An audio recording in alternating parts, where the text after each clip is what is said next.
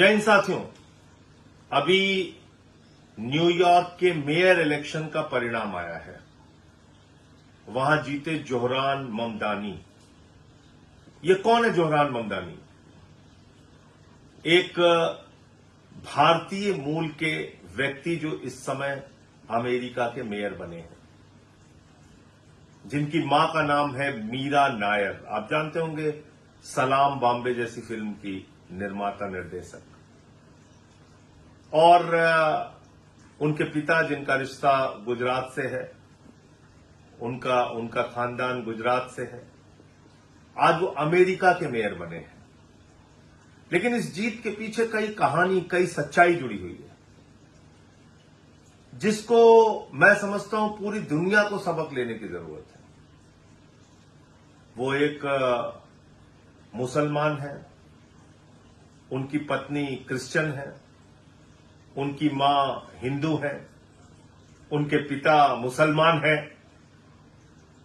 और वो एक प्रवासी भारतीय हैं। उनको 2018 में अमेरिका की नागरिकता मिली, लेकिन अपनी किसी भी पहचान को जोहरान ममदानी ने छिपाया नहीं। खुलेआम सबके सामने बताया कि मुझे प्रवासी भारतीय होने पे गर्व है, मुझे नफरत की राजनीति नहीं चाहिए, मुझे लोगों के जिंदगी में बदलाव चाहिए, और न्यूयॉर्क में लोगों का जीवन कैसे सस्ता हो, आसान हो, इसके बारे में हमारी योजना है। और जब उन्होंने अपनी बात शुरू की तो उस वक्त कोई सुनने के लिए तैयार नहीं था। जितने भी सर्वे थे वो उनको 1% पे दिखा रहे थे, और ट्रंप उनके पीछे पड़े हुए थे। एलन मस्क जैसे बड़े व्यापारी दुनिया के, वो उनके पीछे पड़े हुए थे, नंबर 1 के व्यापारी।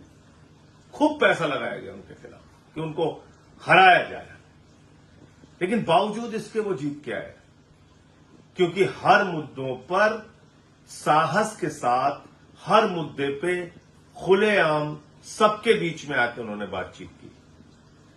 उन्होंने गाजा पे इजराइल के कब्जे का विरोध किया, उन्होंने नेतन्याहू के खिलाफ बोला, उन्होंने मोदी की नफरत की राजनीति के खिलाफ बोला, उन्होंने ट्रंप की नफरत की राजनीति के खिलाफ बोला, उन्होंने इमिग्रेंट्स के खिलाफ, जो कुछ भी अमेरिका में चल रहा है उसके खिलाफ बोला, कैसे सस्ता जीवन दे सकते हैं लोगों को, उसकी एक योजना बताई लोगों को।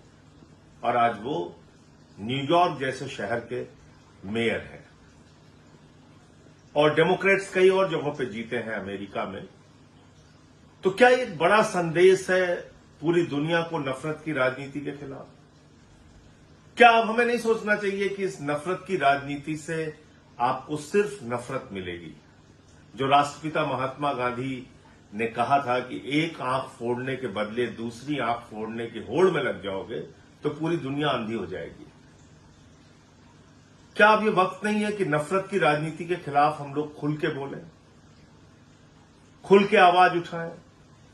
हिंदुस्तान को भी जिस तरह से बर्बाद किया जा रहा है, किसी भी चुनाव में आपके जीवन से जुड़े हुए मुद्दे की बात नहीं होती, रोजगार की बात नहीं होती, किसान के फसल की दाम की बात नहीं होती, कैसे आपको एक छोटा सा पक्का मकान मिलेगा उसके बारे में बात नहीं होती, कैसे हिंदुस्तान में काला धन आएगा और हिंदुस्तान की जनता के लिए उसका सदुपयोग होगा, उसके बारे में कोई बातचीत नहीं होती। कोई बात नहीं होती आपके जीवन से जुड़े हुए मुद्दे पे, न बिजली पे, न पानी पे, न शिक्षा पे, न स्वास्थ्य पे।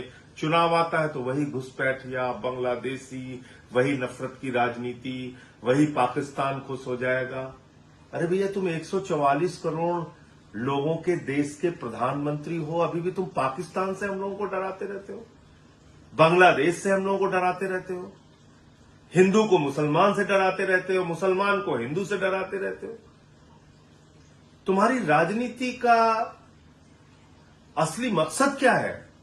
इस देश को तोड़ना, इस देश को बांटना, इस देश में नफरत फैलाना, बाबा साहब के संविधान को कुचलना, उसको खत्म करना और संविधान की धज्जियां उड़ाना।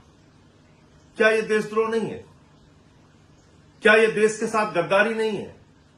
अगर भारत का प्रधानमंत्री खुलेआम नफरत फैलाने की बात कर रहा है बिहार के चुनाव में, अगर देश का गृह मंत्री खुलेआम नफरत फैलाने की बात कर रहा है, तो क्या ये देश के साथ गद्दारी नहीं? उत्तर प्रदेश के मुख्यमंत्री योगी आदित्यनाथ खुलेआम नफरत फैलाने की बात कर रहे हैं, तो क्या ये देश के साथ गद्दारी नहीं है?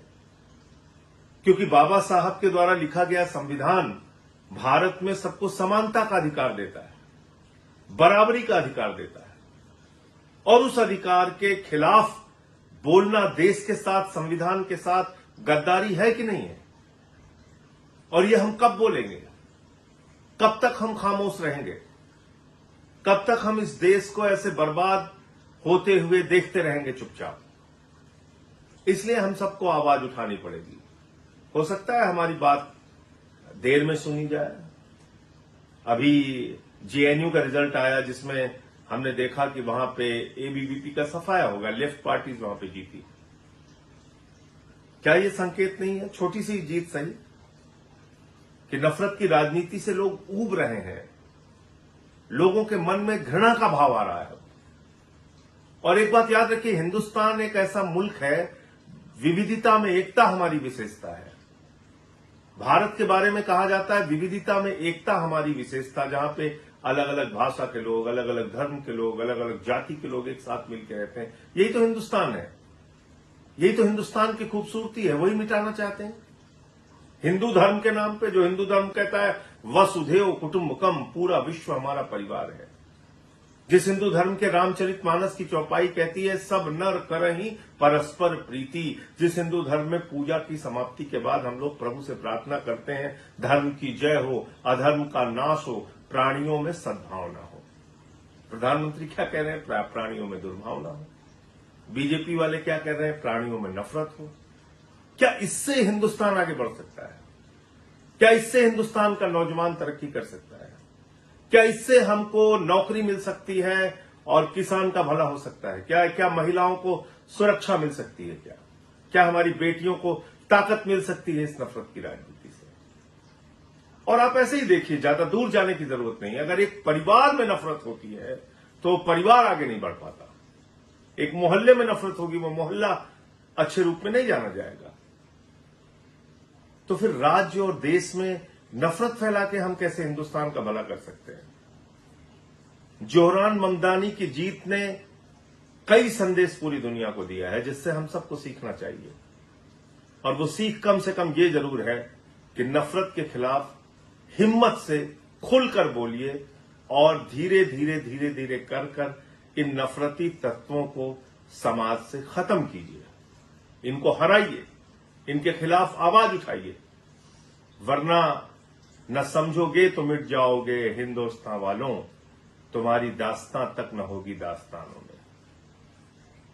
न मेरा है न तेरा है, ये हिंदुस्तान सबका है। नहीं समझी गई ये बात तो नुकसान सबका है। जय हिंद।